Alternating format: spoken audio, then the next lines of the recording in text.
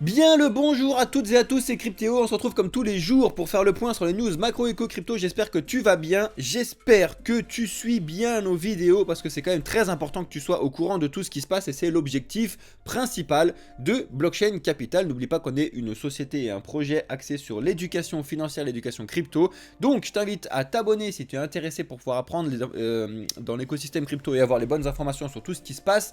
Abonne-toi tout de suite et surtout viens bien évidemment liker la vidéo. Première chose que tu dois faire quand tu arrives sur une vidéo. Moi personnellement c'est ce que je fais quand je suis sur YouTube. Et je fais que du YouTube, la télé, la radio, waouh, ça dégage tellement c'est éclaté.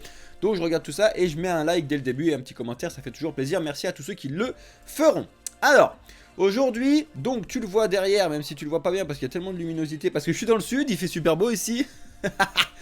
Désolé à ceux qui sont dans le nord. Bref, donc, on est carrément dans le vert aujourd'hui, d'accord? Et ce que je vous ai dit hier, je vous avais fait deux scénarios. On n'est pas non plus parti encore sur le premier scénario que je vous avais dit à la hausse, hein, mais clairement, en fait, le scénario à la baisse que je vous avais dit hier, pendant qu'on était mardi à 10 h du matin, ici, je vous avais dit logiquement, on est en dessous, ça devrait repartir sur les 28 700, et ben pas du tout. Mais alors, pas du tout. Donc on va en parler juste après. Bref, donc on est dans un vrai vert. Vraiment, tout est au vert de partout. Je sais pas s'il y en a beaucoup des cryptos qui sont au rouge. Donc on va regarder bien évidemment ça ensemble. Avant ça, je vais te montrer ce qui se passe aujourd'hui et surtout ce qui va se passer demain. C'est ça qui est important. Bref, aujourd'hui, ce qui me fait très rire, c'est qu'on a les chiffres de l'inflation en Chine qui sont tombés. Alors eux, ils sont en déflation, hein, donc eux, c'est génial. La Chine, franchement, allez-y, hein, parce que du coup, les prix là-bas, ils baissent. Vous vous rendez pas compte à quel point c'est incroyable. C'est-à-dire que nous, on a tous nos prix qui montent, d'accord? Je vais te faire réfléchir 2 secondes. Là, c'est compliqué d'aller en Chine, mais moi, pour y être allé, c'était incroyable. Bref. Et là, pour que je te montre le truc. On a tous nos prix qui montent. Pourquoi on a tous nos prix qui montent? Parce qu'on a de l'inflation partout. S'il y a de l'inflation partout, ça veut dire qu'on a réinjecté de l'argent partout. Ça veut dire que normalement, avec des gros guillemets partout, tu es censé avoir un peu plus d'argent. D'accord? Parce que tu es censé gagner plus, etc. Parce qu'il y a plus d'argent qui a été injecté. Bon, on sait très bien qu'entre nous, c'est un peu faux. Mais au moins, tu es censé en avoir gagné quand même un petit peu plus en termes de pourcentage, quelques pourcents par an. D'accord? Donc nous, Européens, Américains, etc., on gagne plus d'argent, mais en Chine, eux, c'est pas qu'ils gagnent plus d'argent, c'est qu'ils gagnent pareil, et voire les prix ils baissent. Donc c'est à dire que nous, si on va en Chine, c'est incroyable, parce que du coup nous on a plus d'argent et là-bas les prix ils baissent, donc c'est incroyable. C'est complètement l'opposé de ce qui se passe ici. Vous vous doutez bien que les Chinois sont beaucoup trop forts, parce que qu'est-ce qui se passe concrètement? Tous les Européens actuellement et les Américains, etc., voient les prix de tous les trucs péter un câble, tous les trucs européens, américains, et tous les prix des trucs chinois ne montent pas. Donc en fait, ils vont acheter les trucs chinois, et les Chinois sont encore plus forts, ils sont toujours plus forts, et ils sont vraiment incroyables. Faut vraiment que je retourne en Chine, mais là le problème c'est que les billets d'avion par rapport à quand j'y suis allé l'autre fois, c'est une catastrophe. Le BRICS, l'effet BRICS. Je sais pas si c'est l'effet BRICS, c'est pas vraiment l'effet BRICS pour moi, mais c'est là juste la Chine qui est trop forte de base. Bref, qui a une gestion, ils ont écrasé un petit peu le game. Bref, bon en tout cas, après, c'est des chiffres. Et vous savez déjà, les chiffres, mon avis, qui sont contrôlés, mais alors en Chine, c'est encore pire. Donc voilà, bref, mon avis. Ensuite, ce que je veux t'expliquer, et ce qui est très important que tu retiennes de cette vidéo, c'est pourquoi on a eu cette montée ici hier, d'accord? Potentiellement, je dis bien potentiellement, parce qu'il n'y a pas eu de news à ce sujet, il y a plusieurs explications. La première explication, c'est tout simplement un aspect technique. Bam, on a franchi mes 29 500, on est revenu en dessous, mais finalement on a voulu l'exploser, on est reparti sur les 30 000. Point. Ça, c'est la première explication, purement technique. Let's go sur les 30 000, et surtout qu'on a eu un regain de volume en dessous, donc ça repart, bim, ok? Ça c'est important, ça peut être un premier point. Le deuxième point qui peut être très important à surveiller et qui se vérifiera demain du coup, c'est l'inflation aux États-Unis. Vous le voyez, l'inflation est censée monter un petit peu de 0,3% sur le mois de juillet, d'accord? Donc, comment tu dois lire ces chiffres? Si demain, l'inflation, elle est effectivement égale à ce qui est ici, voire au-dessus de ça, ça va être une réelle catastrophe pour Bitcoin et pour les marchés en général. Le dollar va s'apprécier et tu devrais retrouver par contre le Bitcoin qui va tomber. D'accord? Ça n'est pas impossible que ce soit ça parce que franchement la lecture elle est un petit peu double sur cette partie là. D'accord? Bref. L'autre point, ce serait qu'il se soit trompé et que l'inflation baisse encore et que du coup la Fed fait très bien son travail. Blablabla. Si l'inflation baisse encore, c'est le dollar qui est censé baisser et du coup les marchés qui vont censés augmenter. Ça n'est pas impossible. En prenant des pincettes, c'est pas impossible parce que c'est ce qu'on voit actuellement, c'est que on a quand même l'impression qu'on a des informations, enfin que nous on n'a pas les informations que certains ils ont. Bref, c'est pas impossible que certains aient l'information ou des rumeurs ou des informations comme quoi l'inflation baisse par rapport à ce truc-là, ce qui fait que les marchés ont un petit peu augmenté hier soir. Ça n'est pas impossible, il faut regarder tout ça. Ensuite, au-delà de ça, on a aussi le fait qu'il y avait des deadlines, il me semble, au regard des ETF Bitcoin Spot de la SEC qui devaient donner des réponses, etc. Donc c'est pareil, il y a peut-être des gens qui ont eu des informations, rumeurs, ce que vous voulez, sur les ETF Bitcoin Spot que nous on n'a pas encore. En tout cas, ce que je veux vous dire, c'est qu'à chaque fois, comme d'habitude, il y a des informations que les gens ils ont en avance, etc. Et tu peux subir un petit peu ce qui se passe, mais à surveiller de très près. Est-ce que c'est purement technique? Est-ce que c'est vraiment quelque chose de fondé ou quoi? On va voir ça en tout cas ces prochains jours. Mais vraiment l'inflation demain va être très importante à surveiller. Si c'est pile poil ce qui est attendu par rapport à ce qui s'est passé hier, il va peut-être se passer quelque chose. Parce que là, tu as quand même l'impression qu'ils ont pricé quelque chose que nous on n'a pas comme information. D'accord? Il faut voir un petit peu ce qui va se passer, mais bref. En tout cas, en 4 heures, on le voit bien, on a une belle montée. Ça fait plaisir entre guillemets parce que ça bouge. Comparé ici, là où on s'est vraiment ennuyé, mais c'était ce week-end. Mais comme début de la semaine dernière, hein. Regarde, la semaine dernière, on a fait, pour l'instant, on est en copier-coller de la semaine dernière, un peu plus volatile. Mais semaine dernière, on revient toucher le mardi, les 28 700 que je te dis. Et bam, le mercredi, on est parti jusqu'aux 30 000. Cette semaine, le lundi, on est venu toucher les machins. Et le mardi, on est venu exploser les 30 000. Bon, franchement, c'est un copier-coller de la semaine dernière. D'accord? Mais c'est franchement du pain facile tradable. C'est-à-dire que là, tu prends ton truc ici, t'achètes, tu mets ton TP. Moi, j'aurais mis 2 TP, un premier TP ici, un TP à 50% ici, à 100% ici. Et c'était facile. Toi, tu le faisais une fois, tu le refaisais 2 fois, tu faisais dans l'autre sens. C'était facile, entre guillemets. Dommage, Alex, il est pas là cette semaine. Mais important. Bref. Haussier ou baissier à venir, justement c'est important de savoir ce qui va se passer demain. En fait là pour le coup, moi personnellement je ne traderai pas, je trade pas de base. Mais là si jamais j'étais en train de trader, je ne traderai pas actuellement parce que il se passe quelque chose que je ne suis pas au courant. D'accord? Et j'aime pas trader quand je ne suis pas au courant personnellement. Et là, quand il y a un mouvement comme ça, où il n'y a rien qui se passe nulle part et que je comprends pas vraiment d'où ça vient, d'où ça part, d'où ça machin, la meilleure des choses que je fais, c'est que hop, je prends du recul, j'attends, je fais rien parce que le risque est trop dur. Est trop compliqué.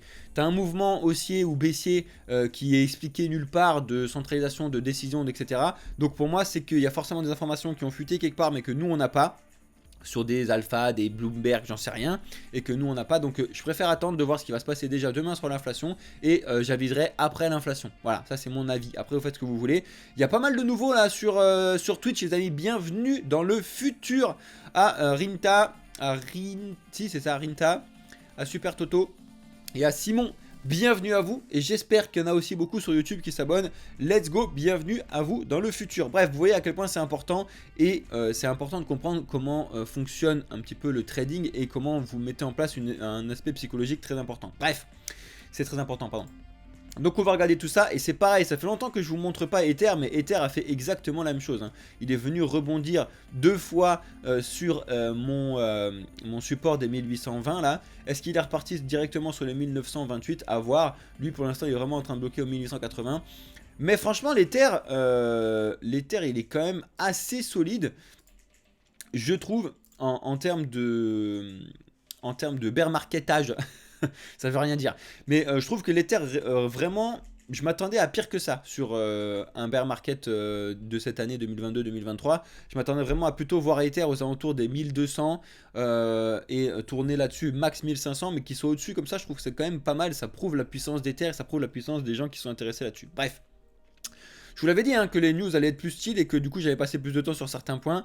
Bonjour à vous les amis, bienvenue dans le futur, let's go. Bon allez, on va quand même passer sur les news parce qu'il y a quand même une news pas mal, un petit peu importante qui se sont passées. Hein.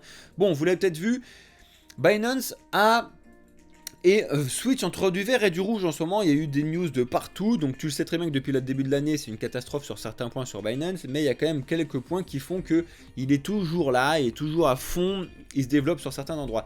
Je vous l'ai surtout dit par rapport au Japon, le Japon a pour la première fois la possibilité de trader le BNB, etc. C'est exceptionnel, et le Japon c'est pas juste un petit pays avec très peu d'argent, hein, c'est énorme.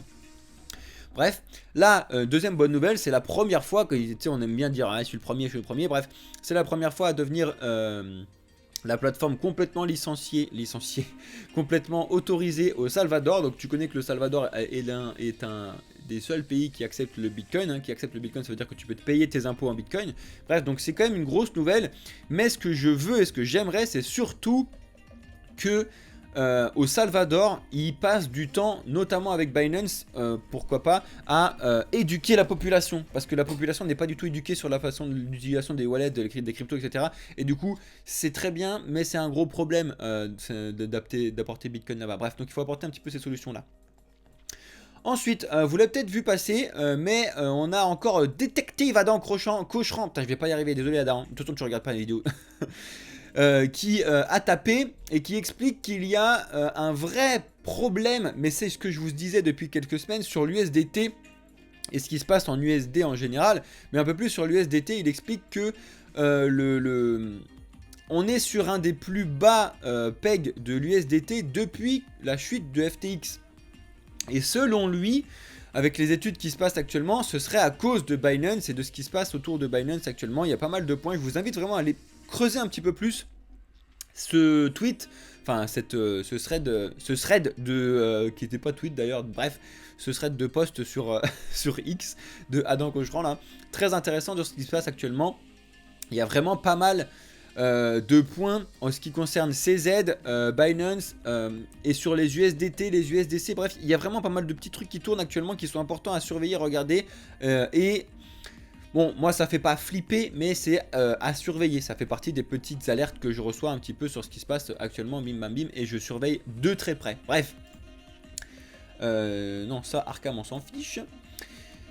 Justement, en continuant avec les plateformes d'échange, hier je vous en ai parlé, je vous ai déjà fait un point sur Huobi. Alors personne n'est allé voir la vidéo hier, vraiment allez regarder la vidéo hier, oui elle est longue mais elle est très importante. Et je vous rappelle juste un petit point sur la partie du Huobi, mais vous savez qu'il y a des grosses rumeurs Huobi, comme qu'il y a des gens qui se font arrêter, comme quoi Huobi pourrait... déclarer faillite, machin truc, etc. Et justement, encore une fois, on a des analystes, etc. qui surveillent un petit peu ce que fait Justin Sun, spécialement, donc celui qui a créé Tron là, avec le TRX, bref, qui est apparemment, hein, selon les études qui se passent actuellement, serait en train de renflouer Huobi. Alors est-ce que c'est juste un remboursement? Est-ce qu'il aide Huobi spécialement parce qu'ils sont dans la panade, etc. etc. Tu le sais qu'avec les rumeurs qu'il y a eu Huobi, il y a eu beaucoup de retraits dessus, donc forcément ils ont pas mal de problèmes. Bref, en tout cas, il faut surveiller vraiment ce qui se passe actuellement parce qu'il aurait transféré 200 millions de dollars en USDT et 5000 Ethers vers l'exchange Huobi. Est-ce que c'est pour apporter de la liquidité? Est-ce que c'est parce que Huobi est vraiment dans la panade, etc. Franchement, il faut regarder un petit peu ce qui se passe. Vous avez 2-3 news. Je vous invite à lire cet article-là. Très important. Est-ce que ce serait un nouveau FTX? En vrai, en soi, je pense pas comme ça. Mais comme d'habitude, de toute façon, je m'en fous en vrai parce que je n'ai pas de fonds long terme de déposer sur ces plateformes-là. À la rigueur, si je dois perdre des fonds, c'est un petit peu comme ça ce qui s'est passé sur FTX. C'était des fonds que j'avais sur du trading, etc. Donc, je dois accepter de les perdre aussi. De toute façon, quand tu as un trading, tu dois accepter de les perdre. Bref, donc franchement, si vous avez des fonds long terme, retirez-les des exchanges comme d'habitude. Ensuite, on continue avec les plateformes, toujours on a Coinbase qui pour le coup apparemment est en pleine forme niveau finance. Bon, vous savez qu'il y a eu pas mal de choses niveau du coin parce que Coinbase ils sont introduits en bourse, blablabla. Et que Coinbase en 2021, je ne sais pas si tu le sais, mais ils ont émis de la dette d'État américaine, ils ont récupéré 1 milliard de dollars pour faire de l'investissement et là, vu qu'ils ont plein de thunes, ils sont en train de regarder pour rembourser avec de l'avance 150 millions de la dette qu'ils ont récupérée. Donc c'est bon signe pour Coinbase, ça signifie qu'ils ont plein d'argent, enfin qu'ils ont plein d'argent et que du coup ils font des remboursements anticipés, c'est quand même pas mal, ça fonctionne, ça montre que ça fonctionne bien. Bref, Coinbase, j'ai jamais tant que ça aimé cette plateforme personnellement, parce que moi quand j'ai commencé c'était ultra blindé de frais et c'était le début de Coinbase, c'était une catastrophe. Mais bon, il y en a quand même beaucoup qui l'apprécient et surtout il faut le surveiller parce que c'est la plateforme qui potentiellement, si les ETF Bitcoin Spot sont acceptés par la SEC, va relayer tout ce bazar. Donc il va falloir la surveiller de très près. Ok ? On continue. Et là, on va parler rapidement du stablecoin de PayPal sur 2 points. Le premier point que je vais vous annoncer sur la partie stablecoin, enfin sur ce stablecoin là, ne vous faites pas arnaquer s'il vous plaît. Il y a quasiment 80 faux tokens qui ont été enregistrés en un jour. C'est-à-dire que si tu descends et que tu regardes ce qui se passe, effectivement, le vrai token, donc c'est le PYUSD en wrap Tether, bref, parce que tu peux l'acheter sur Uniswap, etc. Donc ça, c'est le vrai truc, avec de la vraie liquidité, etc. Mais tu regardes qu'il y en a plein d'autres. Il y en a vraiment plein qui ont exactement le même nom. C'est juste que c'est pas le même contrat. Et ce qui me fatigue, c'est que tu vois qu'il y a Enfin, il y a des raids d'alerte de partout, mais vu la liquidité qu'il y a plein de gens qui sont tombés dans le panneau. Et ça, je trouve ça vraiment dommage. Et par contre, je suis sûr et certain que personne de Blockchain Capital n'est tombé dans le panneau. Pourquoi ? Parce que chez Blockchain Capital, ils sont éduqués, ils comprennent comment ça fonctionne. Donc, si tu veux comprendre comment fonctionne l'écosystème et éviter de faire des erreurs, bienvenue dans le futur et viens chez Blockchain Capital, que tu sois sur TikTok ou sur Twitch ou sur YouTube. Donc abonne-toi et follow la chaîne. Bref, non, c'est important de vous dire ça parce qu'à chaque fois, je vois qu'il y a des gens qui tombent dans les panneaux comme ça et c'est vraiment dommage. Faites très attention. Donc ça, c'était le premier point que je voulais vous expliquer sur le stablecoin de PayPal. Et le deuxième point que je voulais vous expliquer, donc c'est qu'on a Pachov qui a fait cette étude-là et qui est allé regarder dans le contrat, donc le code du contrat du stablecoin, donc qu'est-ce qui se passe à l'intérieur? Eh bien, tu te rends compte qu'il y a 2 lignes importantes, à savoir qu'ils vont pouvoir freeze et défreeze ton compte. Bon, c'est ce que j'aime pas un peu sur les stablecoins centralisés. C'est comme d'habitude, c'est qu'ils se mettent des petites lignes un petit peu cachées, comme quoi ils peuvent bloquer ou débloquer, heureusement d'ailleurs, les fonds que tu vas avoir avec ce stablecoin.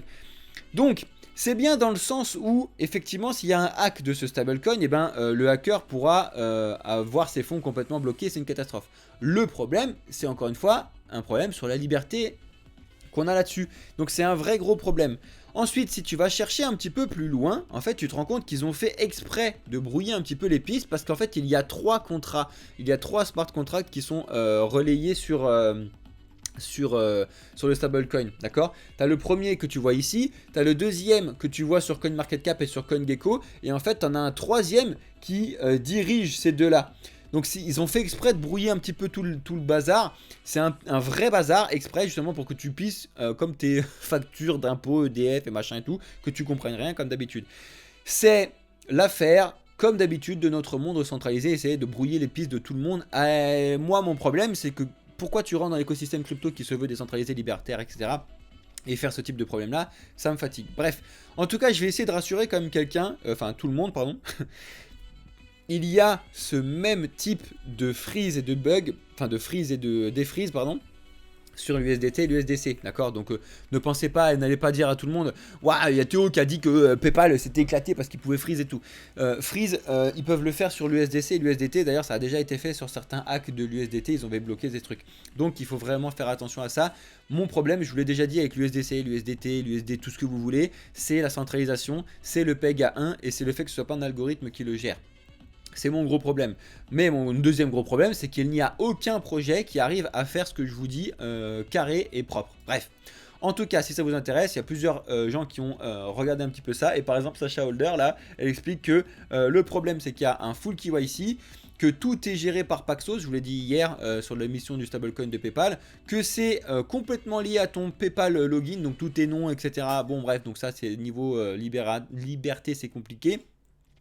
Qu'ils peuvent se renverser toutes les transactions et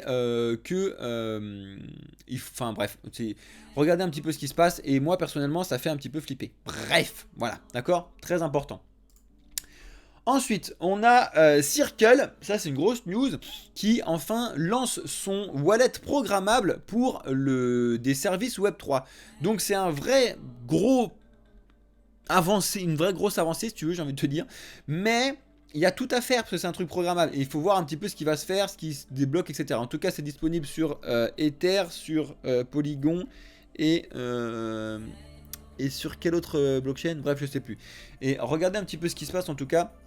Ça fait partie des avancées technologiques et des utilisations de la blockchain qui sont vraiment intéressantes et qui révolutionnent un petit peu tout ce qui se passe.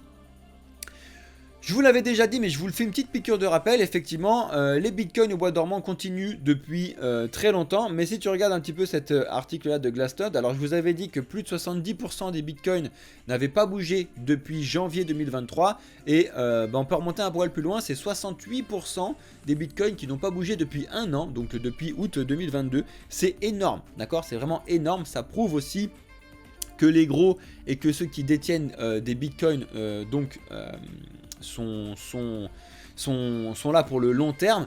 Après, il faut faire attention, c'est encore une fois des chiffres, et il ne faut pas oublier que dans ces chiffres-là, puisqu'ils se sont fait chier, ils ont pris les 21 millions, enfin les 20 millions et quelques qu'on a de minés actuellement, bref, et ils ont tout simplement pris, il y en a combien qui bougent pas, il y en a combien qui bougent.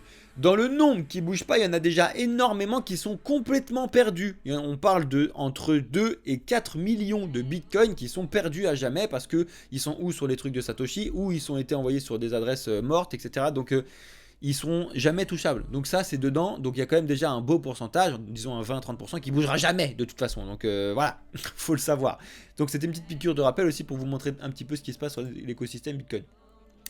On a Ripple qui continue à faire son travail qui est intéressant et qui continue à se développer surtout pour pouvoir apporter des solutions bonnes pour la planète. Donc ils font une grosse association avec Centigrade Earth.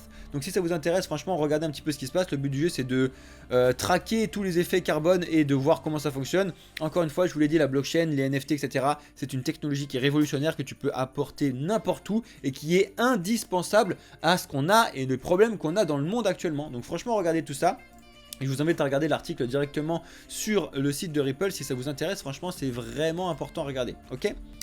On continue avec Chainlink, donc qui, ça y est, arrive sur Base, bien évidemment. Donc Chainlink, pour ceux qui connaissent pas un petit peu le bazar, le but du jeu de Chainlink, c'est de proposer du coup des services de sécurité sur la finance décentralisée et surtout de pouvoir permettre de l'interopérabilité entre les chains. Donc ils arrivent sur Base de Coinbase qui est un layer 2 d'Ether basé sur Optimism. Bon, t'as suivi le truc. Bref, en tout cas, je t'en ai parlé depuis plusieurs jours. Donc Base est vraiment arrivé en énorme force. Ils sont arrivés en tapant du poing sur la table en disant bah, nous on est un gros layer 2, bam, on arrive. Mon problème, un peu trop, carrément trop proche de Coinbase. C'est-à-dire que, en fait, c'est le genre de truc qui est très bien au lancement, parce que du coup, Base a le nom de Coinbase, Coinbase va bien, donc Base va très bien aller jusqu'à ce que tout aille bien. Le gros problème, c'est que si jamais il arrive quoi que ce soit à Coinbase, et ben ton base d'utilisation de ce truc-là va se péter la tronche. C'est des choses qui n'arrivent pas à Bitcoin, c'est des choses qui n'arrivent pas à Ether parce qu'il n'y a personne derrière. Et ça, c'est génial, d'accord? Donc je fais que de vous le répéter, quand vous me demandez des questions et des conseils sur qui sont les meilleurs cryptos, et ben c'est Bitcoin et Ether, point barre, comme d'habitude. Ça y est, on a Ultra Arena qui est live. Donc je vous invite à aller regarder un petit peu aussi ce qui se passe chez Monsieur Rabbit si vous voulez. Je pense qu'il en a parlé un petit peu plus que moi. En tout cas, Ultra Arena est live. Donc c'est une partie de l'écosystème d'Ultra. Donc qui est un des écosystèmes de gaming, du métavers, etc. Qui est en forte hausse, j'ai envie de te dire. Donc c'est le Steam 2.0. Donc let's go, regardez un petit peu ce qui se passe là-dessus. Monsieur Rabbit en a parlé, je ne sais même pas s'il a pas fait des tests ou des trucs dessus. Donc allez regarder tout ça. Pas mal de choses, des gains, des NFT, des machins, surtout comprendre comment ça fonctionne. Let's go, allez regarder au moins comment ça fonctionne et ce qui se passe dessus. Ensuite, il fallait une bad news, une vraie bad news, mais on a un écosystème DEX du réseau Solana qui s'est fait hacker de 1 million de dollars. Donc c'est pas énorme par rapport à certains hacks que tu as vus, mais il faut quand même le noter, à savoir c'est Cypher, donc qui se sont fait attaquer le 7 août, donc il y a 2 jours, et donc les fonds sont complètement, le protocole est complètement bloqué. Par contre, ils sont déjà en train d'envoyer des messages aux hackers et surtout, ils ont déjà retrouvé le hacker. On le sait très bien, le hacker a envoyé les fonds sur cette adresse-là. Il a volé du Solana et des USDC. Il a volé genre 150 000 ou je sais plus combien, j'ai plus le chiffre, je suis allé regarder la news complète tout à l'heure, à peu près 150 000 USDC et 23 000 Solana, donc ça fait à peu près 1 million de dollars. Bref. Voilà, bon, c'est pas Solana directement qui est touché pour une fois, ça fait longtemps d'ailleurs qu'on n'a pas vu de gros hacks sur Solana, mais c'est un protocole développé sur Solana, d'accord? Vous savez très bien que Solana c'est comme Ether, enfin pour ceux qui ne le savent peut-être pas, bref, Solana, Ether, Cardano, etc. C'est des plateformes pour pouvoir t'aider et permettre aux gens de développer dessus, d'accord? Et du coup après, le Solana, l'Ether, l'ADA, ça va permettre de frais de gaz d'utilisation de la plateforme. D'accord? Bref, bon, c'est pour ce trucs là.